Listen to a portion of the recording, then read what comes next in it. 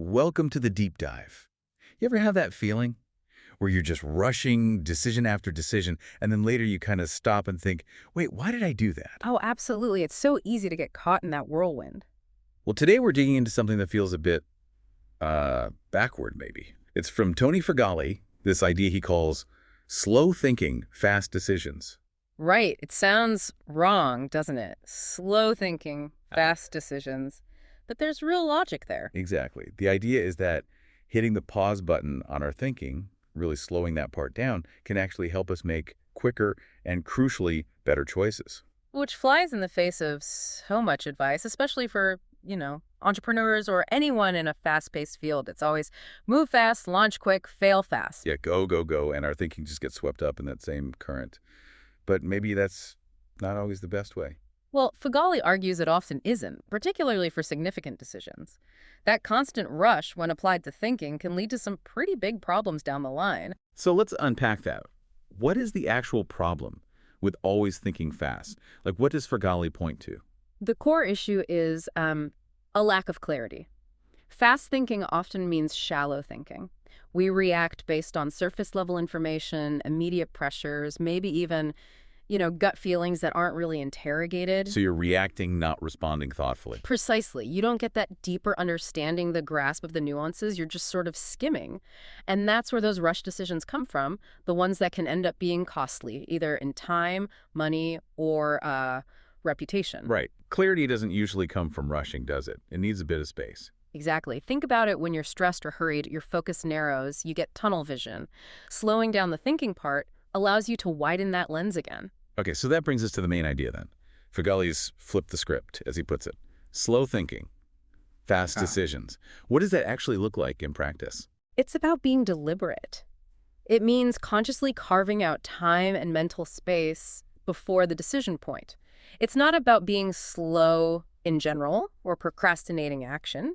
It's about investing time up front in the quality of your thought process. You slow down the analysis, the reflection, the consideration of options. So that when the time comes to actually make the decision and act, You can do it quickly, confidently, and decisively. Because you've already done the heavy lifting mentally. You have the clarity. that makes sense. You're front-loading the work. Yeah. So how do we actually cultivate this slow thinking? It sounds nice, but, life moves fast. How do we build that pause in?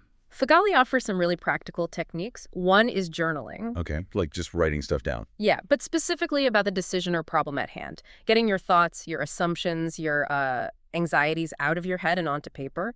It helps you structure them, see them more objectively. I can see that. It stops the thoughts just swirling around endlessly. Exactly. Another technique he mentions is naming the fear. Naming the fear, what does that involve? It's about identifying the specific anxieties or pressures that might be pushing you towards a hasty decision. Is it fear of missing out, fear of looking indecisive, fear of conflict? Ah, okay. So acknowledging the emotional undercurrent. Precisely. Once you name it, you can assess if that fear is actually relevant to the logic of the decision or if it's just noise clouding your judgment. Often, it's the latter. That's powerful. And the third one? Zooming out.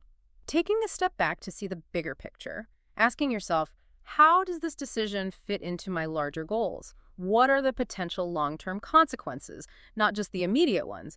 Will this matter in a year, 5 years? Right. Breaking out of that tunnel vision we mentioned. Seeing the forest, not just the very demanding tree right in front of you. You got it. These techniques, journaling, naming the fears, zooming out, they all serve to create that necessary pause.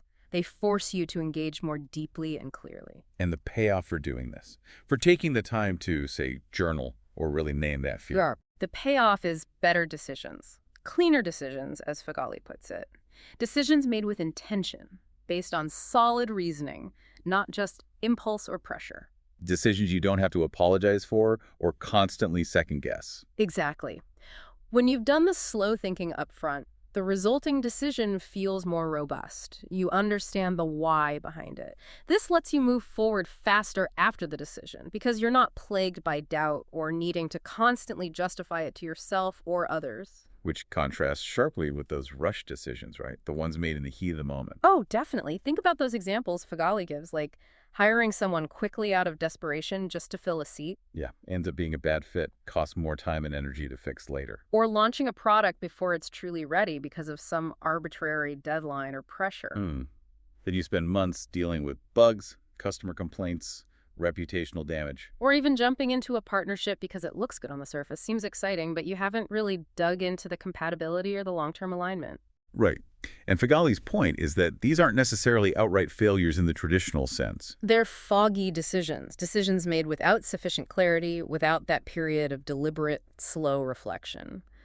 The fog hasn't lifted before action was taken. I like that framing. Foggy decisions. It removes some of the judgment, maybe, and focuses on the process. It does. It highlights that the process was flawed, not necessarily the person or the initial idea. The thinking wasn't given the space it needed. Feghali also talks about finding a better rhythm. He uses this phrase, slowing down for a day so you can move for the next 90. Can you elaborate on that? Yeah, I think that captures the essence here beautifully. It's not about constant slowness. It's about strategic pauses. Investing a concentrated period, maybe it's an hour, maybe a day, depending on the decision's weight, into deep, slow thinking. To enable a much longer period of effective, aligned, and faster action. Precisely. It's about achieving a better balance. Recognizing that relentless, unthinking speed can actually slow you down in the long run because you're constantly course-correcting or dealing with the fallout from those foggy decisions. So that one day of slow, deliberate thought prevents weeks or months of fixing things later. That's the idea. It's an investment in future efficiency and effectiveness. Now, you mentioned coaching earlier, and Feghali touches on it too. How does that fit into building this slow thinking muscle? Well, sometimes it's hard to create that reflective space on our own, right? Our brains are busy, the demands are constant. Coaching can provide a dedicated structure, a specific time and place, purely for that intentional thought. Like an appointment for slow thinking. Kind of, yeah. A good coach doesn't give you answers, but they ask better questions. They challenge your assumptions, help you zoom out, maybe help you name those fears you haven't articulated. They facilitate that slow thinking process. So it helps you build the habit and the skill of thinking more deliberately about your goals and how decisions align with them. Exactly. It helps strengthen that muscle so you can apply it more consistently on your own. Okay, so wrapping this up then, the fundamental takeaway isn't be slow. No, definitely not. The goal isn't sluggishness. It's about being strategic with when you slow down. Specifically, slowing down the thinking process itself, the analysis, the reflection, the consideration. Right. You slow down the thinking to gain clarity. And that clarity allows you to make the actual decision and then act on it much more quickly, confidently, and effectively. It's about improving the quality of thought to improve the speed and quality of execution. Slow down to speed up, essentially, but in the right places. A really powerful concept when you break it down like that. It shifts the focus from just raw speed to effective velocity, maybe. That's a great way to put it, effective velocity. Moving quickly in the right direction because you took the time to determine that direction first. So Feghali leaves readers with a question, and maybe it's a good one for you listening. What's one decision you rushed that you wish you had slowed down for? That's a stinger. Definitely makes you think back. We probably all have at least one. Yeah. And perhaps a final thought to leave you with. What might change if you consciously built in just a few moments of slow thinking? Maybe not a whole day, but 5 minutes before replying to that email, or an hour before committing to that project. How could even small pockets of deliberate reflection shift your decision-making process?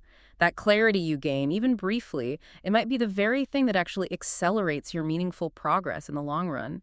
It's definitely something worth experimenting with. Absolutely. Food for thought. Slow thought, perhaps.